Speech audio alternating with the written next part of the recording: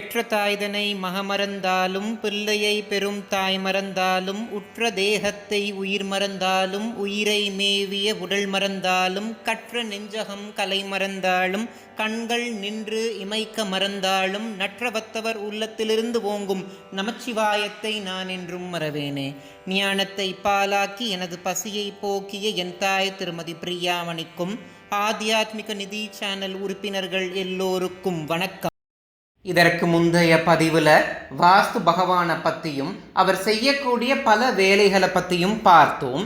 அதை பார்க்காதவர்களுக்காக அந்த வீடியோட லிங்கை டிஸ்கிரிப்ஷன் பாக்ஸில் கொடுக்குறேன்.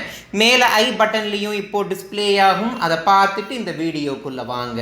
இன்றைக்கி அதனுடைய தொடர்ச்சியாக வாஸ்து பூஜையை பற்றி பார்ப்போம். ஆடி 11ஆம் தேதி நம்ம வாஸ்து பூஜை செய்யலாம் அப்படின்றத நான் முன்னாடியே சொல்லியிருந்தேன். ஆங்கில தேதிப்படி ஜூலை 27ஆம் தேதி நீங்கள் அந்த பூஜையை செய்யலாம். காலை 7:44 ஆரம்பிக்கக்கூடிய அந்த பூஜை 8:20 நீங்கள் அந்த பூஜையை முடிக்கணும். நான் முன்னாடியே சொல்லியிருந்தேன், வாஸ்து பகவான் 1.5 மணி நேரம் தான் விழித்திருப்பார். அதில் கடைசி 36 நிமிடங்கள் தான் நீங்கள் பூஜை செய்யணும். அப்படி செய்யும் பொழுது அது அபரிமிதமான பலன்களை அள்ளித்தரும் அப்படின்றத சொல்லியிருந்தேன். அந்த வகையில் 27ஆம் தேதி 7:47 இருந்து காலை 8:20 உங்களுடைய பூஜையை நீங்கள் செய்து முடிக்கணும். பூஜைக்கு என்னென்ன பொருட்கள் எல்லாம் தேவை, பூஜை எப்படி செய்யணுன்றதை பற்றி இப்போ பார்ப்போம். பூஜைக்கு தேவையான பொருட்கள் என்னென்னா பன்னீர், பசும்பால், தேங்காய், மஞ்சள், ஊதுபத்தி, விபூதி, நவதானியங்கள், நவரத்தினங்கள், பஞ்சலோகங்கள் இதெல்லாம் வேணும். நீங்கள் எந்த பூஜை செய்கிறதா இருந்தாலும் விநாயகர் பெருமானை வணங்குறது அப்படின்றது அவசியம். உங்களுக்கு தெரிந்த விநாயகர் ஸ்தோத்திரங்களை பாராயணம் செய்யலாம். இல்லைனா டிஸ்கிரிப்ஷன் பாக்ஸில் விநாயகருடைய 108 போற்றிகளை கொடுத்துருக்கிறேன். அதையும் பார்த்து விநாயகரை பூஜித்து அதற்கப்புறம் குலதெய்வத்தை பூஜிக்கிறதும் அவசியம். அதற்கப்புறம் நீங்கள் வீடு கட்டக்கூடிய இடம் இருக்கு இல்லையா, அந்த கட்டுமான இடத்துல, அதாவது அந்த பில்டிங் ஏரியாவில் வடகிழக்கு மூலையில் 3 அடி அகலமும் 3 அடி நீளம் இந்த அளவில் நீங்கள் ஒரு குழி தோன்றது அப்படின்றது அவசியம். அதற்கப்புறம் மறுபடியும் விநாயகரையும் குலதெய்வத்தையும் வழிபட்டு 3 இல்லைனா 5 செங்கல் எடுத்து அதில் திலகமிட்டு அந்த செங்கலை குழிக்குள்ள ஊனணும். அதற்கப்புறம் 3 சுமங்கலி பெண்களை கூப்பிட்டு நிறை குடத்தில் நீர் எடுத்துட்டு வர சொல்லி 3 பேரையும் ஒரு சேர அந்த குழிக்குள்ள நீரை ஊற்ற சொல்லணும். நீர் ஊற்றினதற்கப்புறம் இறைவனை வழிபாடு செய்து இறைவனை நம்மளுடைய மனதில் நிறுத்தி நடப்பதெல்லாம் நன்மையாக நடக்கணும் அப்படின்னு வேண்டிக்கிட்டு அந்த குழிக்குள்ளே நீங்கள் பாலை ஊற்றணும். அதற்கப்புறம் பஞ்சபூதங்கள்னு சொல்லப்படுற நிலம், நீர், நெருப்பு, காற்று, ஆகாயம் இந்த 5உடைய உதவியும் நமக்கு வேணும் இல்லையா, அதனால அந்த பஞ்சபூதங்களுடைய துணை வேணும் அப்படின்னு மனசார பிரார்த்தனை செய்து பஞ்சலோகங்களையும் அந்த குழிக்குள்ளே நீங்கள் சமர்ப்பிக்கணும்.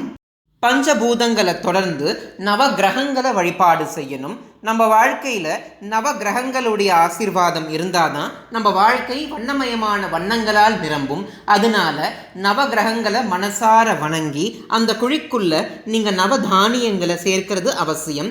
அதற்கப்புறம் நவ ரத்தினத்தையும் நீங்கள் அந்த குழிக்குள்ள சேர்க்கணும். அதற்கப்புறம் அஷ்டதிக் பாலகர்களையும் வணங்கணும். அவங்கள மனசார பிரார்த்தனை செய்து அவர்களை பூக்களால் அர்ச்சித்து அந்த பூக்களை அந்த குழிக்குள்ள நீங்கள் சேர்க்கிறதும் அவசியம்.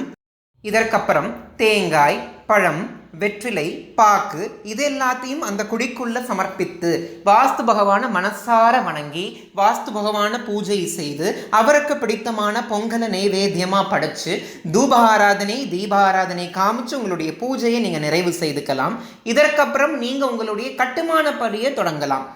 இது எளிமையான முறையில் வாஸ்து பகவானுக்கு செய்யக்கூடிய பூஜை. ஏன்னா இந்த கொரோனா காலகட்டத்தில் நிறைய பேரை கூப்பிட்டு நம்ம பூஜை செய்ய முடியாது இல்லையா, அதனால நம்மளுடைய கட்டுமானத்திற்கு நம்மளுடைய பூமிக்கு சரியான முறையில் பூஜை செய்யலாம். அந்த பூஜையும் எளிமையாக இருக்கணும்னு சொல்லி நிறைய பேர் என்கிட்ட கேட்டுக்கிட்டனால எளிமையான முறையில் நான் உங்களுக்கு பூஜை முறையை சொல்லியிருக்கேன். இந்த வீடியோவில் நான் சொன்ன தகவல் உங்களுக்கு பிடிச்சிருந்துச்சுன்னா ஆத்தியாத்மிக நிதி சேனலை சப்ஸ்கிரைப் பண்ண மறந்துடாதீங்க. இந்த வீடியோ பற்றின உங்களுடைய கருத்துக்களை கமெண்ட் செக்ஷனில் எனக்கு தெரியப்படுத்துங்க. இதற்கு முந்தைய பதிவுகளை நீங்கள் பார்க்கலைன்னா நம்ம சேனலில் ஹிந்து தர்மா அப்படின்ற பிளேலிஸ்ட் இருக்கும்.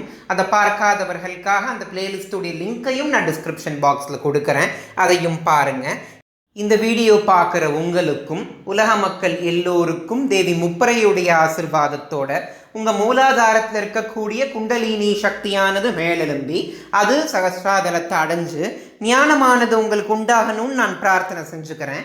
இந்த வீடியோ பார்க்குற உங்களுக்கும் உலக மக்கள் எல்லோருக்கும் பகீரதியை தன்னகத்தே கொண்ட வாரசதையோனோட ஆசிர்வாதம் கிடைக்கணும்னு நான் பிரார்த்தனை செஞ்சுக்கிறேன். இந்த வீடியோ பார்க்குற உங்களுக்கு இந்த நாள் இனிய நாளாக அமையட்டும்.